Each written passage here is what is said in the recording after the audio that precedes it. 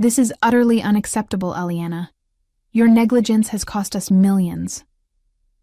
Dr. Malcolm Whitner's voice boomed through the conference room, bouncing off the sterile white walls and making several of my colleagues flinch. I sat frozen in my chair, feeling the weight of 24 pairs of eyes boring into me. The quarterly staff meeting had transformed into my public execution. My name is Aliana Voss, and after 15 years of dedicated service to NovaMed Research Institute in Toledo, Ohio, I was being thrown under the bus without warning. At 54 years old, I had dedicated my entire professional life to ensuring our lab maintained impeccable standards. Every protocol followed to the letter. Every compliance check performed with meticulous attention to detail. Every new staff member trained with patience and precision.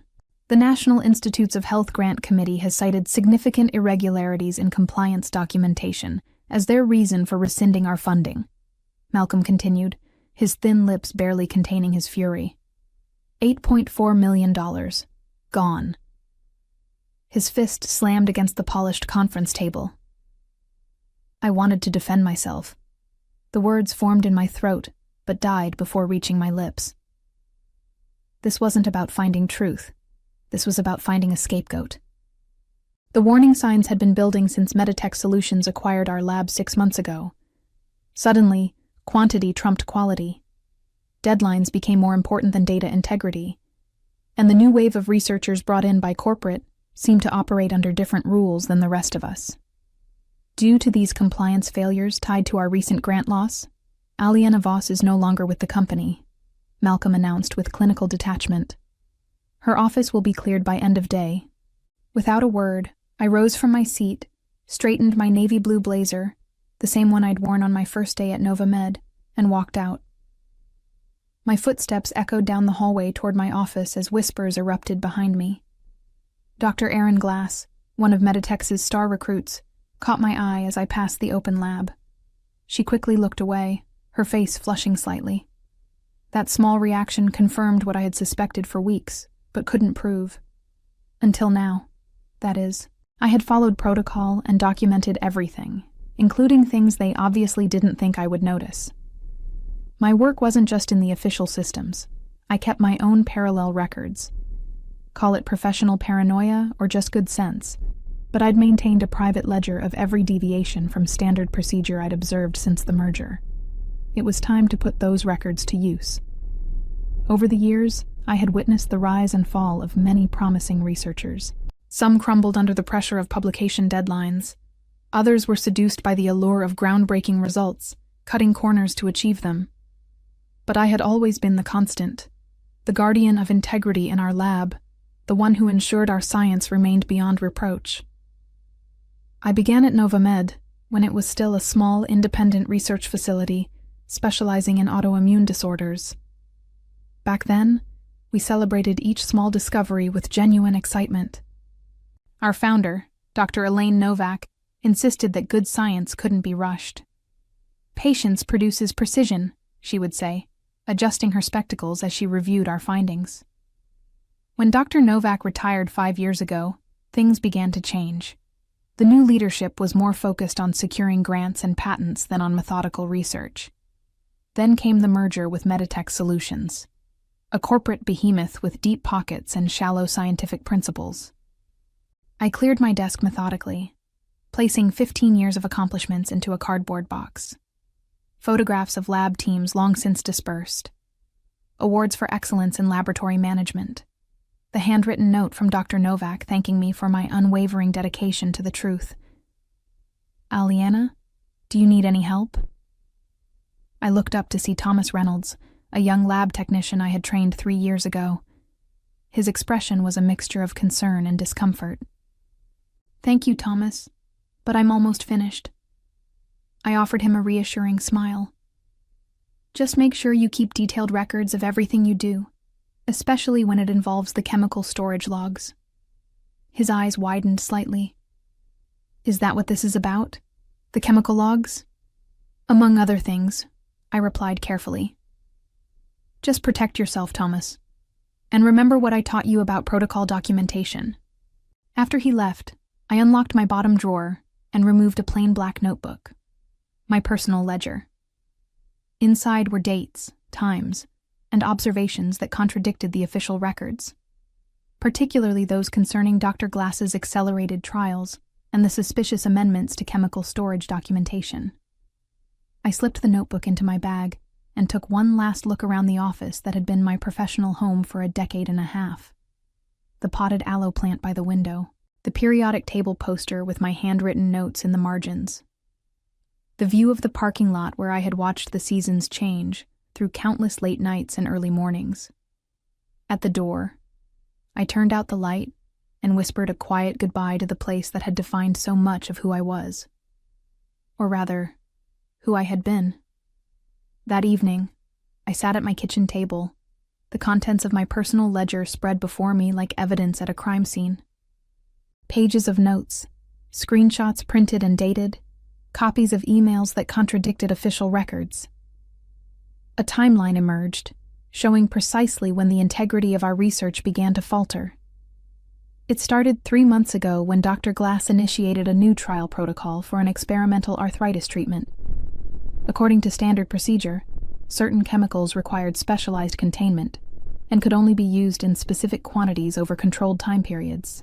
But the official logs showed impossibly short intervals between usage, a clear violation of safety protocols. When I questioned this, I was told by Malcolm that Dr. Glass has approval for an accelerated timeline. No further explanation was offered. Then came the missing data points in our trial results, gaps that were conveniently filled later with numbers that looked too perfect.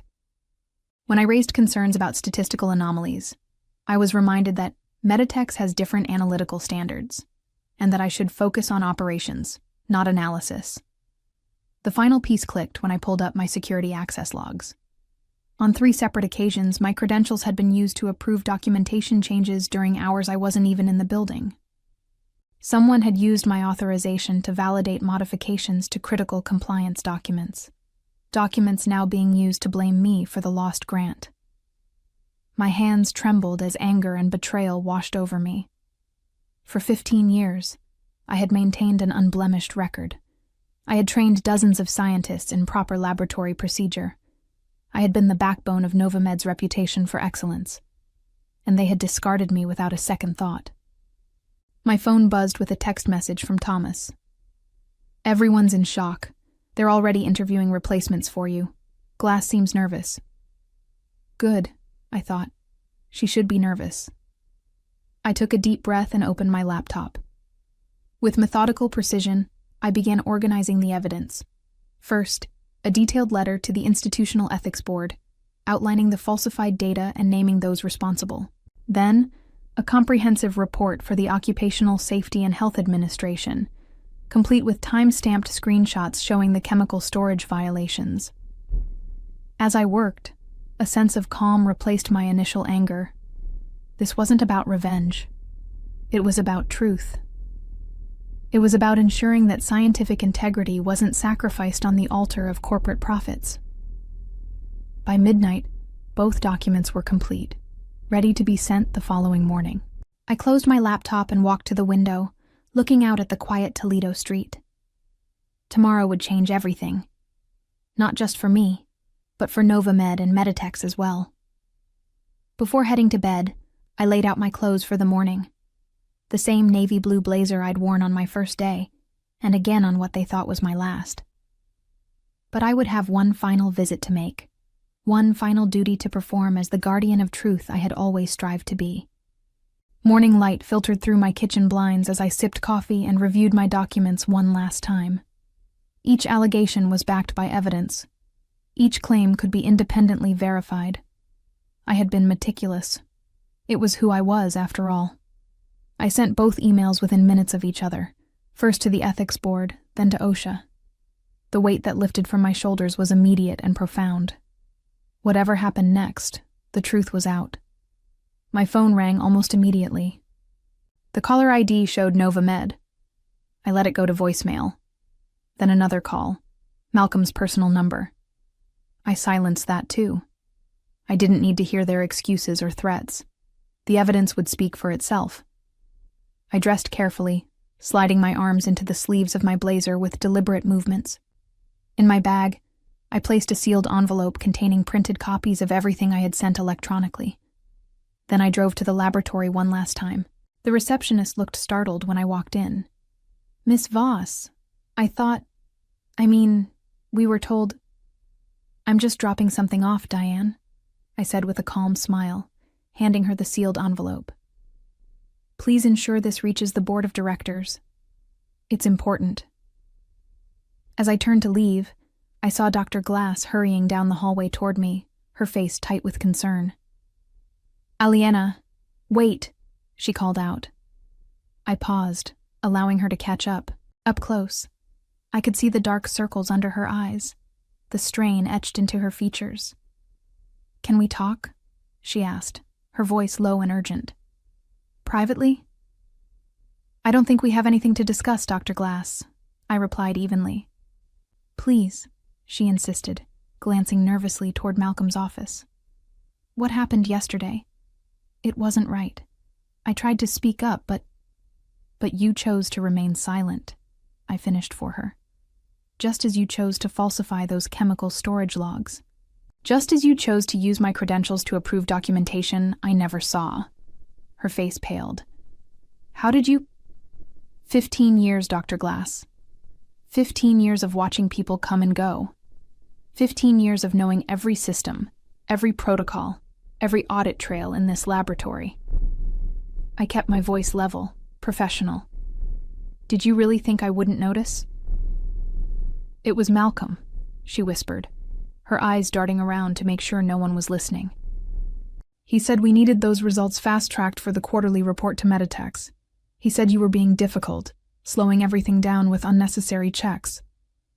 Those unnecessary checks are what keep our research valid and our lab safe," I replied. "But it doesn't matter now. The truth is already on its way to those who need to see it." The color drained from her face. "What have you done?" "My job," I answered simply. "The one I've always done, whether anyone appreciated it or not." I walked out of Novamed for the final time, my head held high. By noon, my phone was buzzing constantly with calls from numbers I didn't recognize. By 2 o'clock, local news outlets were reporting that OSHA investigators had arrived at Novamed Research Institute for an unscheduled comprehensive inspection. By 4 o'clock, I received an email from someone I hadn't heard from in years, Dr. Elaine Novak herself. "Aliena," it read, "I've been contacted by the ethics board regarding your report. I always knew you were the moral compass of my laboratory. Would you be willing to meet and discuss this further? There may be more that needs to be brought to light." I sat back in my chair, a small smile forming. Dr. Novak had been retired for years, but her name still carried significant weight in the scientific community. If she was getting involved, this was about to become much bigger than Malcolm or Meditex had anticipated.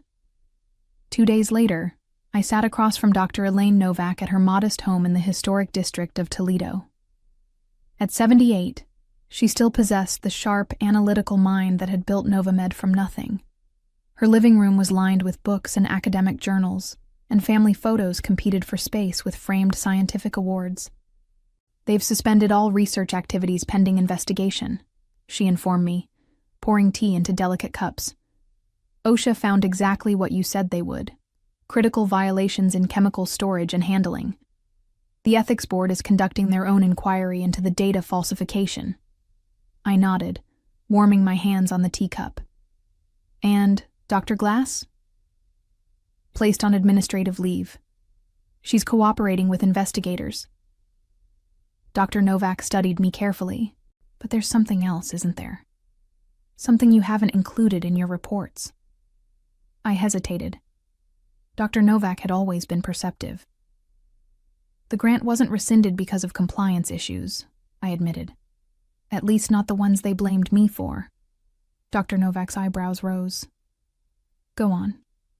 3 weeks ago, I discovered discrepancies in the preliminary trial data that Dr. Glass submitted for the NIH grant. The patient improvement rates were statistically improbable, too consistent, too perfect.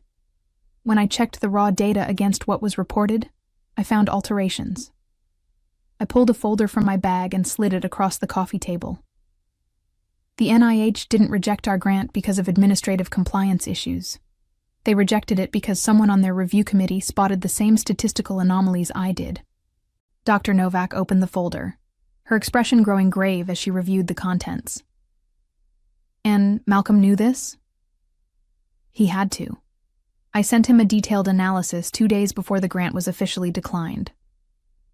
I took a sip of tea. When the rejection came through, he needed a scapegoat that wasn't Dr. Glass. She was his star researcher, his direct link to Meditech's approval. So he sacrificed you instead. Dr. Novak closed the folder with a decisive snap. After 15 years of exemplary service.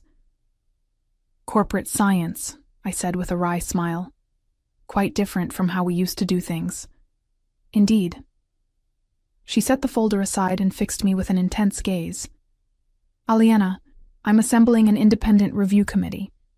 Several colleagues from my days at the university have agreed to help. With your documentation and testimony, we can ensure that appropriate action is taken. Just then, my phone buzzed with an incoming email. I glanced at it and felt a jolt of surprise. It's from the National Institutes of Health Office of Research Integrity, I said, scanning the message. They're requesting a formal interview regarding the grant application and subsequent events at Novamed. Dr. Novak nodded sagely. The dominoes are falling. Once one oversight body gets involved, others typically follow. She leaned forward. Aliena, I want you to know something. What you've done, standing up for scientific integrity at great personal cost, is the very essence of what Novamed was founded upon. I'm deeply sorry that the institution I built failed you so profoundly. Her words touched me more than I expected. For the first time since this ordeal began, I felt tears threatening. Thank you, I managed, composing myself. That means a great deal. Coming from you. As I drove home from Dr. Novak's house, my phone rang again. This time it was a number I didn't recognize. I answered cautiously. Miss Voss, this is William Harrington from the University of Michigan Medical Research Division. Dr. Novak suggested I call you. We're looking for someone with your expertise to oversee laboratory compliance and ethics training for our staff. Would you be interested in discussing the position? A sense of vindication washed over me. This wasn't just about exposing wrongdoing. It was about finding my place in the scientific community again. Somewhere my values would be respected. The University of Michigan interview went remarkably well. As I discussed my experience and philosophy regarding laboratory ethics, I could see the respect in the committee members' eyes. They weren't looking at me as a whistleblower or a troublemaker. They saw a professional with unwavering standards and the courage to uphold them. Your recommendation from Dr. Novak carries significant weight, said Dr. Harrington as he walked me out. But your handling of the Novamed situation demonstrates exactly the kind of ethical leadership we need. I left with a formal job offer, Director of Research Integrity and Compliance Training. The position would allow me to develop protocols and train researchers across multiple departments, ensuring that scientific ethics remained paramount throughout the university's research programs. Meanwhile, the situation at Novamed continued to unravel. Local news outlets reported that OSHA had issued citations for 27 violations, including several classified as serious. The resulting fines exceeded $300,000, but the damage to Novamed's reputation was far more costly. Dr. Glass had apparently broken under questioning, admitting to falsifying data at Malcolm's direction. She provided investigators with emails and recorded conversations that corroborated my evidence and extended the trail of deception further up the corporate ladder to Meditech's executives. 1 week after my visit to Dr. Novak, I received a call from an unexpected source, the board chairman of Novamed. Miss Voss, this is Harold Winthrop, came the grave voice. I wonder if you might be willing to meet with the board. We're conducting an internal investigation parallel to the regulatory inquiries, and your insights would be invaluable. My first instinct was to refuse. They had allowed me to be publicly humiliated and dismissed without due process. But then I considered Dr. Novak's ongoing efforts to salvage the research institution she had built. "I'll meet with you," I agreed, but only with my legal representative present. 2 days later, I sat in the boardroom where, just weeks earlier, I had been publicly dismissed. Now, the power dynamic was entirely different. The board members looked tired and worried. Malcolm's chair was conspicuously empty. "Where is Dr. Whitner?" I asked as the meeting began. Harold Winthrop cleared his throat. "Dr. Whitner has been terminated effective immediately. We've also severed several key relationships with Meditech Solutions and are in the process of restructuring our leadership." I nodded, maintaining a neutral expression despite the satisfaction I felt. "Miss Voss," Winthrop continued, "we owe you a profound apology. The events that led to your dismissal were not only unjust, but potentially criminal. The board has authorized me to offer you full reinstatement with a substantial compensation package for damages to your reputation and career." My attorney and I exchanged glances. We had anticipated this. "I appreciate the offer," I said carefully, "but I've accepted a position elsewhere. However, I would be willing to consult during your transition period to help restore proper protocols and procedures." The relief on their faces was palpable. They needed someone who understood the systems, someone who could help rebuild the laboratory's shattered credibility. We negotiated terms that included a public apology and retraction of all allegations against me. As we left the meeting, my attorney smiled. "That went even better than expected." "They're desperate," I replied. "The NIH has suspended all their current grants pending review. Without proper certification and compliance, they'll lose everything." That evening, I received a text message from Tomas. "They announced everything at an all-staff meeting today. Malcolm's gone, Glass is gone, and they said you were right all along. Several people applauded. Wish you could have seen it." I smiled at the message, but didn't reply immediately. Instead, I opened my laptop and began drafting a comprehensive transition plan for Novamed, my final contribution to the laboratory I had served faithfully for 15 years. Sometimes, I reflected, the most powerful form of redemption isn't about getting even. It's about helping rebuild what was broken, but on better foundations. The congressional hearing wasn't something I had anticipated when I first sent those emails to the ethics board and OSHA. Yet here I was, 6 months later, seated before the House Committee on Science, Space, and Technology, preparing to testify about research integrity in privately funded laboratories. Malcolm and 3 Meditech's executives sat at a separate table, their faces grim. They had already faced federal charges for fraud relating to grant applications. Now they faced public scrutiny for the culture of deception they had fostered. "Miss Voss," began Congresswoman Diaz, leading the questioning, "could you describe the events that led to your identification of these compliance violations?" For the next hour, I detailed everything. The pressure to produce results after the Meditech's acquisition, the systematic dismantling of safety protocols, the falsification of data, and the attempt to use me as a scapegoat when the deception was discovered. "And in your professional opinion," asked another committee member, "how prevalent are these practices in the industry?" "More common than we'd like to admit," I answered honestly. The pressure to secure funding and produce marketable results can override scientific integrity. That's why we need stronger whistleblower protections and more rigorous oversight. My testimony was broadcast on national news. Clips of my calm, detailed explanations contrasted sharply with Malcolm's defensive responses and the Meditech's executives' evasions. Public opinion quickly solidified in favor of increased regulation for private research facilities. When I stepped down from the witness stand, Dr. Novak was waiting. She squeezed my hand and whispered, "You've done more than expose one lab's wrongdoing. You've sparked a national conversation about scientific ethics." As we exited the hearing room, reporters clamored for comments. I noticed Malcolm watching me from across the hallway, his expression a mixture of anger and defeat. Our eyes met briefly before he turned away. He had lost everything: his reputation, his career, and soon, his freedom. I had gained something far more valuable: vindication. 1 year after my dismissal from Novamed, I stood at a podium in the University of Michigan's largest lecture hall, addressing a packed audience of students, faculty, and visiting researchers.